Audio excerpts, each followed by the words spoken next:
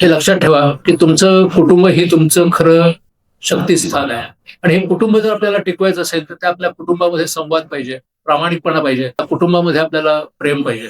हे जर नसेल तर ते कुटुंब कुटुंब म्हणण्याच्या योग्यतेचं नाहीये. तर त्यामुळे ह्या गोष्टी आपण जाणीवपूर्वक रोज करण्याची आवश्यकता आहे. माझ्या कुटुंबातले जे कोणी असतील त्यांच्याशी माझा संवाद आहे का, माझं आणि त्यांचं प्रेमळ अशा प्रकारचे संबंध आहेत का, जे काही मी करतोय ते खरोखर निष्ठेने करतोय का. आज अनेक ठिकाणी कुटुंब जवळजवळ उद्ध्वस्त झालेली आहेत. प्रत्येकाने विचार करण्याची गोष्ट आहे की आपण हे कशाच्या जोरावर करतोय. ही कुटुंब उद्ध्वस्त झाल्यानंतर आपण तरी शिल्लक राहणार आहोत का. जे एकनाथ महाराजांचं भारुड आहे, जर सगळ्यांना आठवत असेल की एकटीच राहू दे मला म्हणून प्रसिद्ध भारुड आहे. बहुतेकांनी ऐकलेलं असेल की माझे नणंद मरू दे, माझा नवरा मरू दे, माझा अक्का मरू दे वगैरे, असं त्याच्यामध्ये मोठी यादीच आहे.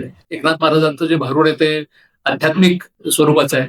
दुसरा अर्थ असा आहे की आपण एकट्याने, आता असं मॅडमनी सांगितलं की तुम्ही एकट्याने कुठलंही काम करू शकणार नाहीये. तुम्हाला त्याच्यासाठी टीम वर्क आवश्यक आहे. मग ते कुटुंबाच्या लेव्हलला असेल, ते तुमच्या डिपार्टमेंटच्या लेव्हलला असेल किंवा कुठल्याही लेव्हलला असेल, तेव्हा तुम्ही त्या सगळ्यांशी मिळून मिसळून चांगलं वागायला पाहिजे. कितीही काहीही जरी तुमच्या मनाविरुद्ध गोष्टी घडल्या तरी त्याच्यामुळे तुमच्या मनावरती फार खोल परिणाम होऊ देऊ नका.